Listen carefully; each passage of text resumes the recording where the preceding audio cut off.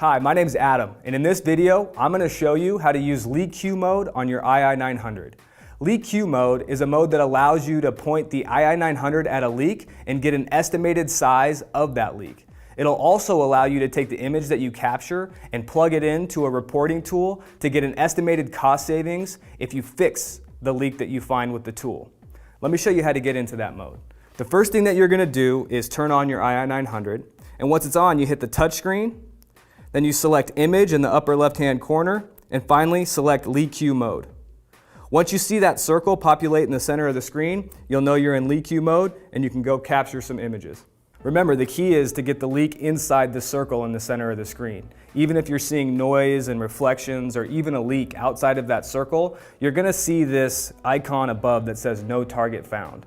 Once you've got a leak positioned in the center, you're going to see two things happen. One, the distance is going to populate at the top, as well as the LeakQ scale.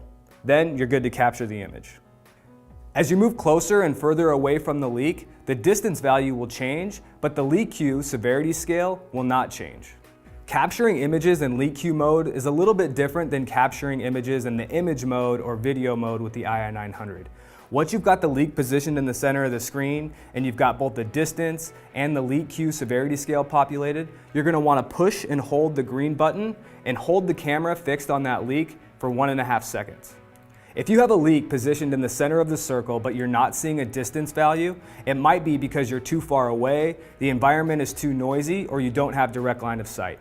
But you can still get a leak quantified value estimation by manually entering in that distance. All you have to do is push the distance icon and manually enter the value.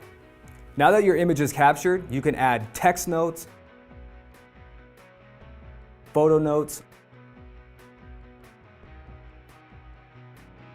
or tags to the image, then download into the computer and generate your report.